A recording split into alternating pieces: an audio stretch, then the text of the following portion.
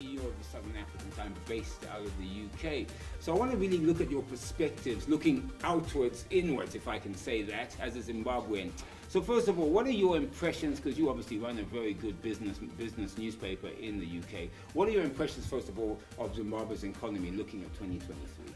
Well, thanks for having me, Andy. And, you know, I think given the reportage that we've often experienced around Zimbabwe, it's often negative, often one very oblique.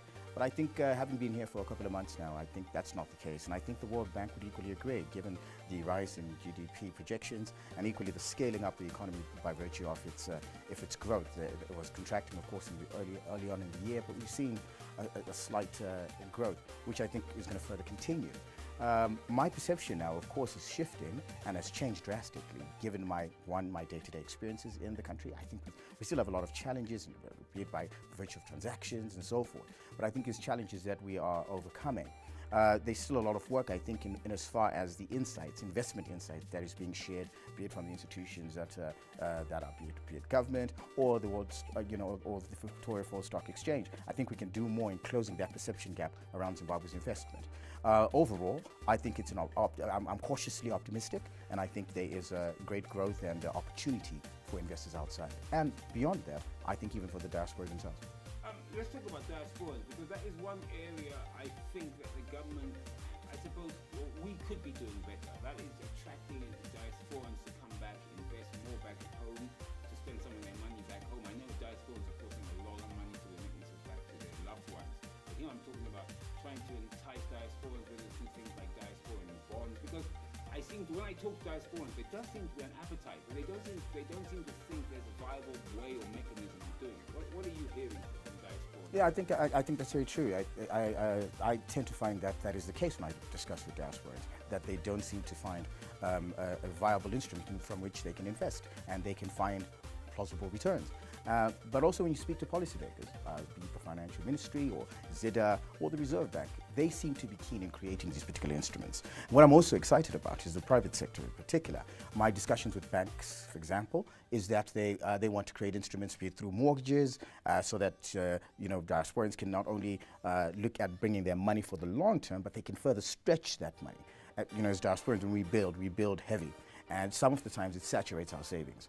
So to give them an instrument that enables them to equally to lengthen the amount of money that they're actually spending with a bit of money on the ground, at the same time guaranteed returns, I think that would be a great opportunity. So the banking infrastructure, I think, banking instruments is quite an interesting aspect. But also on government policy, I think we need that diaspora bond. And I know the minister has been often talking about creating that particular instrument, but I think we need to move away from conversations to actual tangible actions, in which the diasporas can take a stronger role and equally act on that. And as you know, Africa's diaspora is actually now the biggest investor. What we've not been able to do as a continent is to convert that particular remittance into tangible investment in which it can become more sustainable for moving bigger projects such as dam projects and in infrastructure.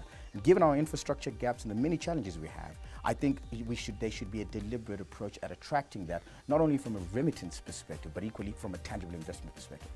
Now, one thing I've noticed, I had an interview with the British ambassador, new British ambassador in Zimbabwe, and he seems to be much more open than most other black ambassadors I've spoken to in terms of normalizing relationships and particularly starting to get British businesses to start looking at investing in Zimbabwe. I know a lot of British businesses, Zimbabwe International Trade Fair, in fact, twice, 2 years now, they've been, for over 20 years, they haven't been there for 20 years, then last year and this year they were there.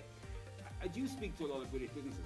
What is the appetite for looking at Zimbabwe? Because obviously in that mix, you've got to throw in the sanctions issue as well, I'm assuming. Well, listen, there is a huge appetite, and I'm delighted to hear that the ambassador actually is changing the approach. I think foreign policy-wise, for the last 2 decades, it's been atrocious, to say the least. Not only because of what it does to developing business relations with Britain, especially considering that Britain carries a large chunk of the Zimbabwean diaspora, and we as partners in that particular, as taxpayers within that particular constituency, would hope that we can leverage those relations that we have established to create opportunities back home. Now, the fact that there's now enthusiasm, a greater enthusiasm, I speak a lot to the chairman of the British Africa Business Alliance, and they're very enthusiastic. His name is David Smith.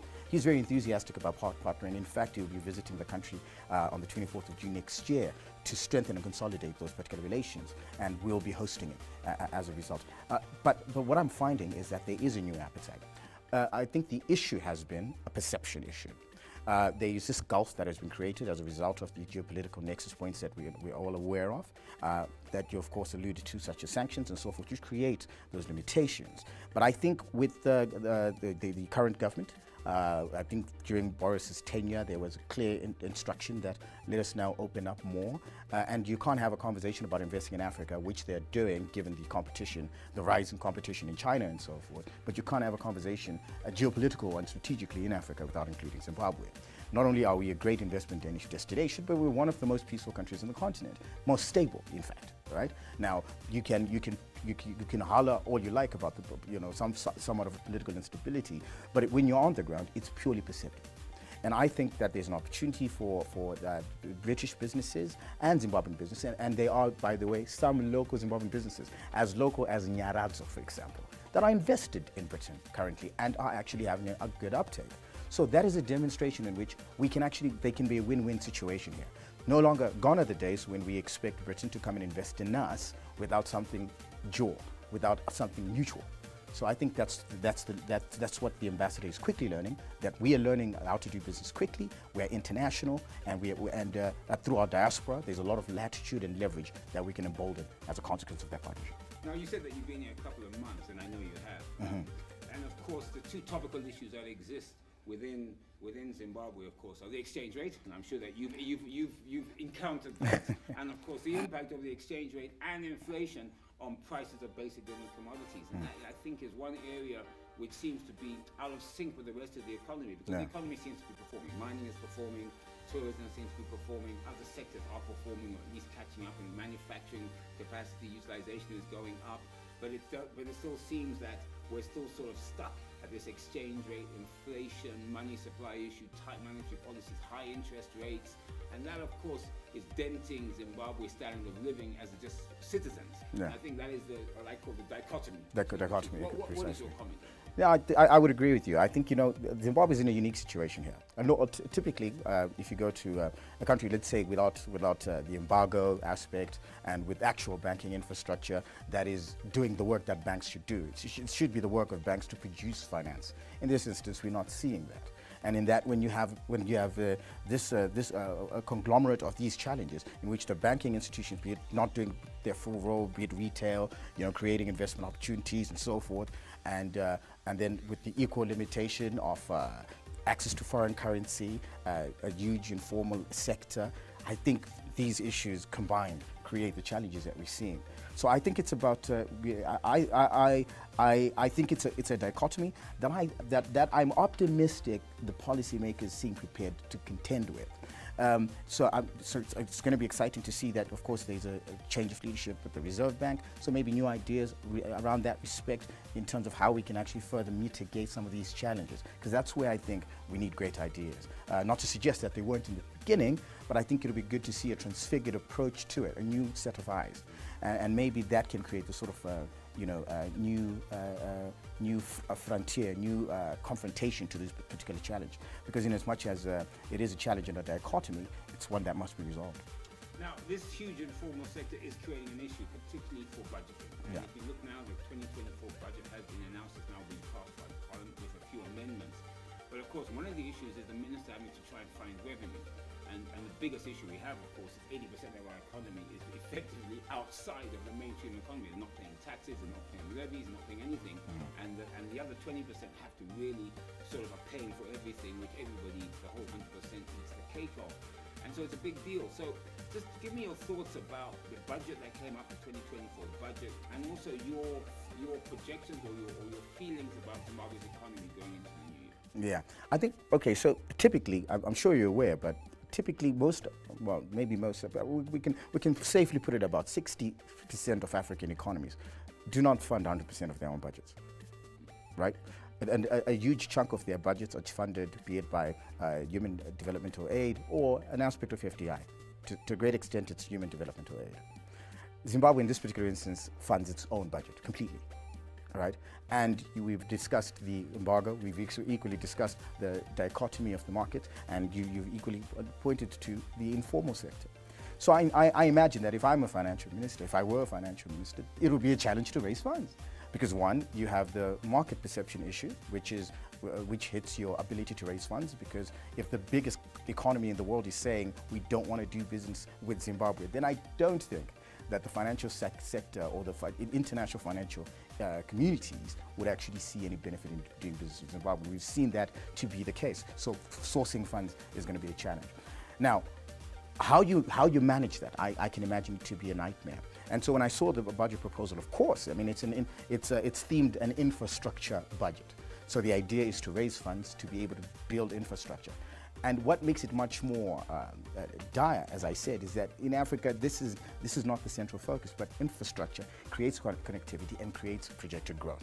So the first aspect, the point of call for me, is my optimism in the fact that it's infrastructure driven, so it's focusing on the right problems, because we have to build connectivity, be it through rail, through air, through digital infrastructure. We equally have to also build infrastructure in intra-connectivity within the country itself, which creates greater economic opportunities. So the viability and the approach and the direction of the budget, to me, is what is commendable.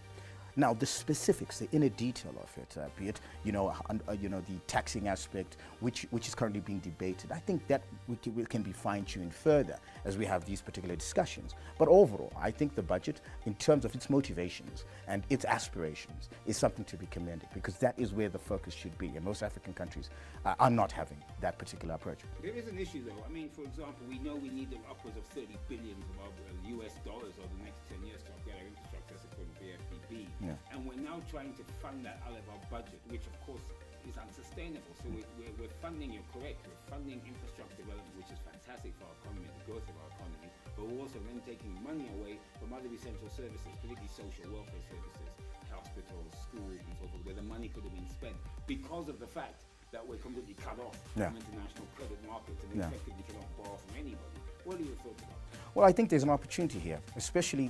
And here's a funny thought, especially on the soft power side, be it education, healthcare, and so forth.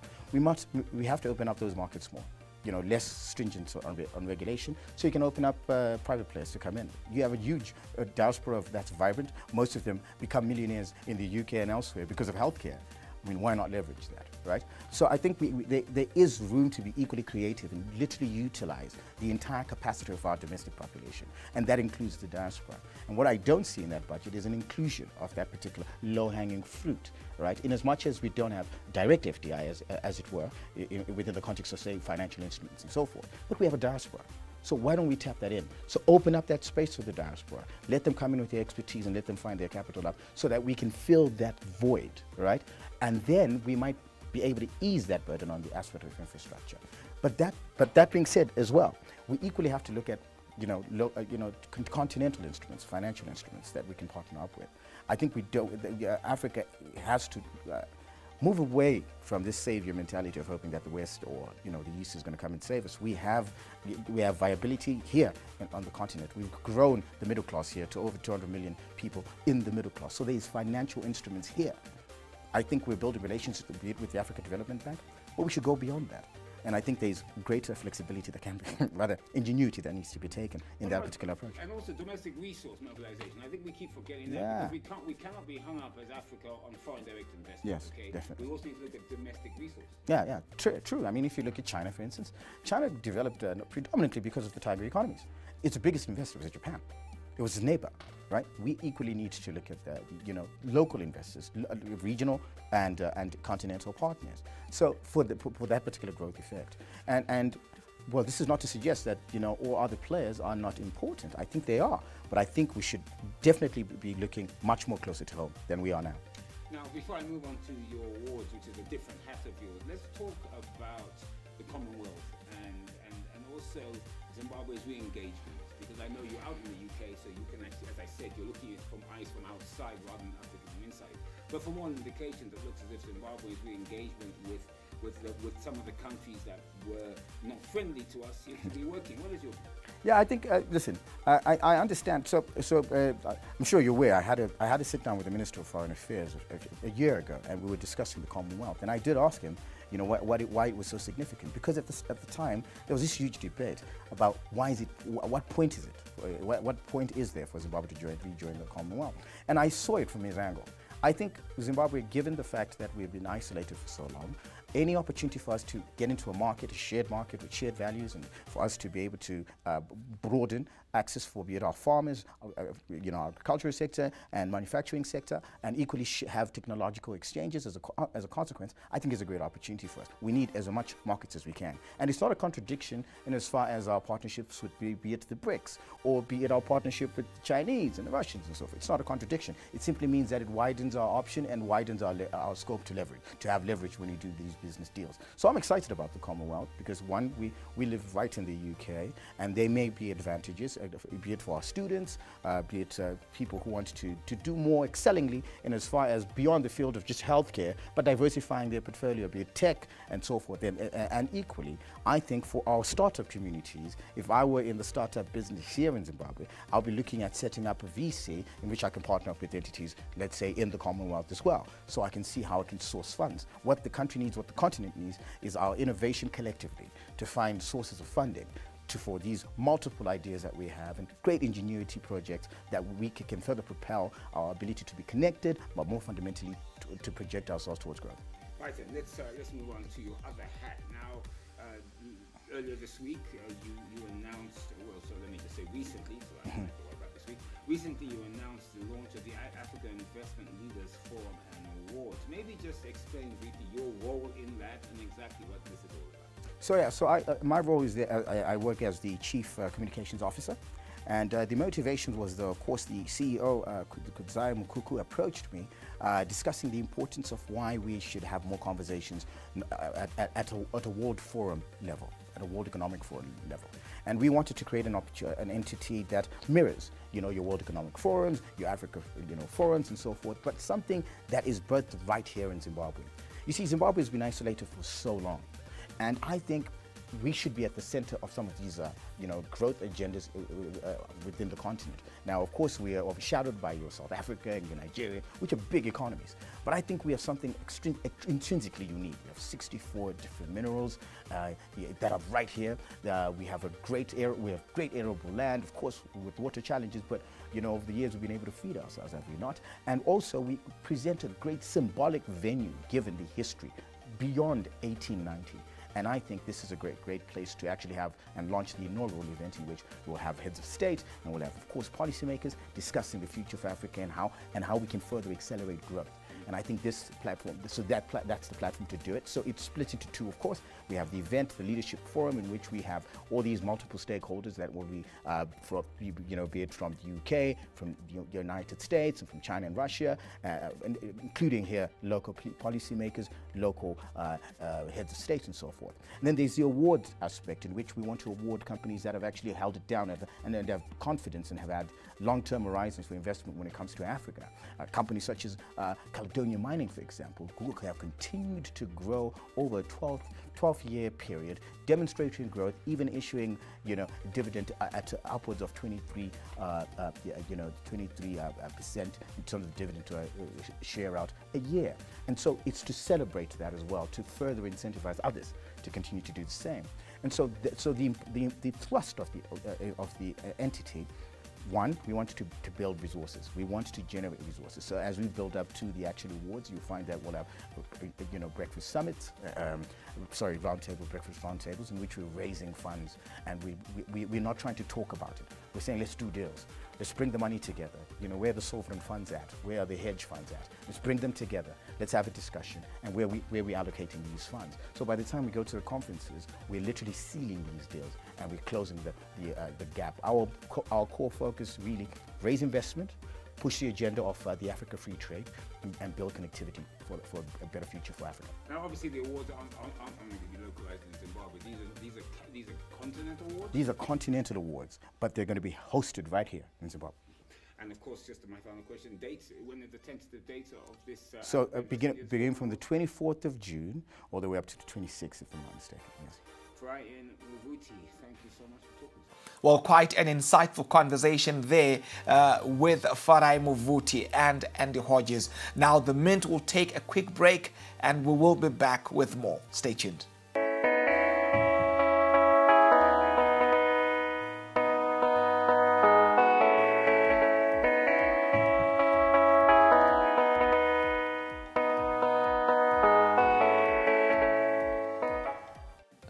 You're watching The Mint as we come to you from Zimbabwe's capital, Harare. I'm Eben Mabunda. Now, the Zimbabwean government, which has already scrapped special economic zone status for mining projects, will remove tax havens for investors in the sector to enforce value addition and beneficiation of minerals for maximum benefit to locals. Previously, companies that had special economic zone status benefited from various incentives that included tax exemptions, among others, but Finance, Economic Development and Investment Promotion Minister Professor Muthuli Ncube told Senate during debate of the 2024 national budget that President Mnangagwa has appointed a cabinet committee to come up with measures that will ensure the country derives maximum rewards from its minerals. The Cabinet Committee will inter alia make recommendations on new mining regulations focusing on contracts, incentives for investors, and revenues to ensure that the country benefits more from its vast mineral resources. This followed concerns by senators that the country was not benefiting much from its minerals. Professor Ncube, Zimbabwe's finance minister, added that the government was going to be tough on the issuance of EPOs to ensure that investors awarded EPOs stick to the mineral they have been licensed for to curb leakages. Currently, the tallest building in the world is Burj Khalifa, Construction Review reports. The building was known as the Burj Dubai before its inauguration. It stands at a height of 829.8 meters, the equivalent of 2,722 feet, or just over half a mile in the heart of Dubai, United Arab Emirates. The building is a symbol of the strides Dubai and the UAE has made in becoming a large player in regional and international trade. Burj Khalifa was born as part of a project to build a large-scale mixed-use development. The development would include 30,000 homes, 9 hotels and 7.4 acres of parkland.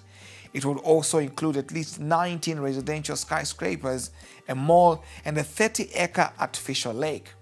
Burj Khalifa would be the centerpiece of the mixed-use development. The mixed-use development, especially Burj Khalifa, was part of the government's plan to diversify from an oil-based economy to one that is service and tourism-based. Reportedly, projects like Burj Khalifa needed to be built in the country